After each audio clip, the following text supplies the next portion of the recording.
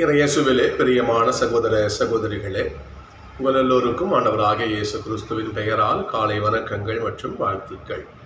நான் உங்கள் அகஸ்டின் வேதியன். இன்று மே மாதம் 3ஆம் தேதி 2026ஆம் ஆண்டு.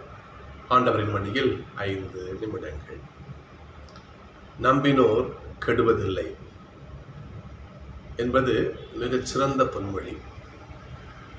அதுவும் கடவுளை நம்பியோர் கைவிட்டதாக சொல்வது அதை கற்பனை கூட செய்து பார்க்க முடியாது.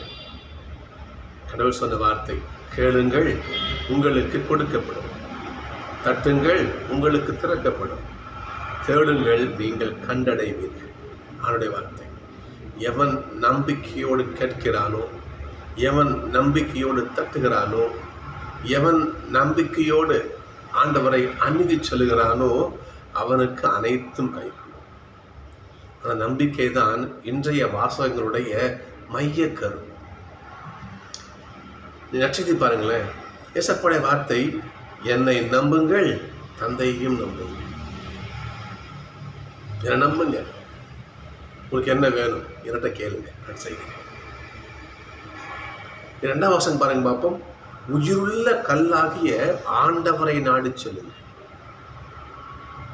அந்த கல்லை எல்லாம் புறக்கணிச்சாங்க. கட்டு ஒரு புறக்கணித்த கல்.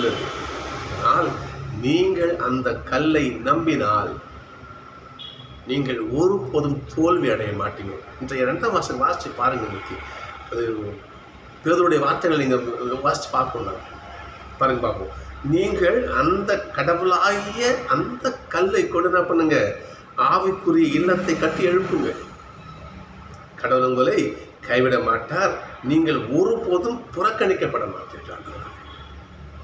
சகோதரர்களே, தொடக்க திருச்சபையில் எவ்வளவோ பிரச்சனை வந்துச்சு, எவ்வளவோ பிரச்சனை. இன்னைக்கு ஒரு பிரச்சனை இன்னைக்கு வாசகம் சொல்லுது பாருங்க. நிறைய சகோதரர்கள் திருத்தோடு கம்ப்ளைண்ட் பண்ணுறாங்க, எங்களை சரியாக கவனிக்க மாட்டுறாங்க, எங்களுக்கு பந்தியில் சில சாப்பாடு கொடுக்க மாட்டாங்க, சில கவனிப்பு எல்லாம் குறைபாடு என்ன பண்ணுறாங்க, செய்தி அவங்களுக்கு வருகிறாங்க. ஆனால் அவங்க என்ன பண்ணுறாங்க பாருங்க பார்ப்போம். ஆண்டவர் வார்த்தை அறிவிக்கிறாங்க. இந்த பிரச்சனையை நம்பி அவங்க மனம் தளர்ந்து போகலை. ஏனென்றால் அவர் நம்பிக்கை வைத்து கடவுளை, அதற்காக என்ன பண்ணுறாங்க, திருத்தொண்டர்களை உருவாக்கி அவர்கள் தங்கள் பணியை செய்கிறாங்க. சொல்களே, கடவுளை நம்பி கை வைத்தால் அவர்கள் கைவிடப்பட மாட்டார்கள். என் சொந்த நிகழ்வு உங்களை சொல்லி நான் சாட்சியம் சொல்லி நிறைவு செய்கிறேன். என் சொந்த நான் அதாவது வேற ஒன்றும் என் வாழ்க்கையில் நடந்த ஒரு நிகழ்வு. நான் வேதியராக படிச்சுட்டு இருக்கும் பொழுது நான் வண்டி ஓட்டுறேன், டிரைவர். நாங்கள் அப்போ நாங்கள் வண்டி அதாவது நாங்கள் வேதியியல் படிப்பு முடிக்கின்ற கடைசி இந்த 3 மாதங்கள் இருக்குது பார்த்தீங்களா, இந்த களப்பயிற்சிக்கு எங்களுக்கு எல்லா பங்குகளுக்கும் அனுப்புவாங்க, நேரடி களப்பயிற்சிக்கு அனுப்புவாங்க.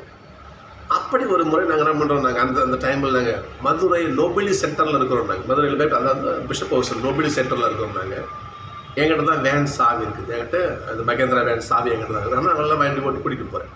3 மாதம் சுற்றணும். நாங்கள் இதை முடிச்சுட்டு அங்கே வாடிப்பட்டி போகணும். இங்கே எங்களுக்காக இன்புட் செக்ஷன் ஒரு 3 நாள் எங்களுக்கு கருத்தரங்கம் நடந்துச்சு இந்த நோபல் சென்டரில். அதை முடிச்சுட்டு நாங்கள் வாடிப்பட்டிக்கு நாங்கள் கிளம்பணும். 3 நாள் இருந்தோம். 1000 ரூபாய். அப்போ 2 பேர் 1000, துணை 1000 இருந்தாங்க. எங்களுக்கு நிறைய வகுப்பு எடுத்தாங்க. மகிழ்ச்சி நம்ம பங்கெடுத்தோம். அடுத்து நாங்கள் போக வேண்டிய நாள் இந்த டைம் வந்துச்சு.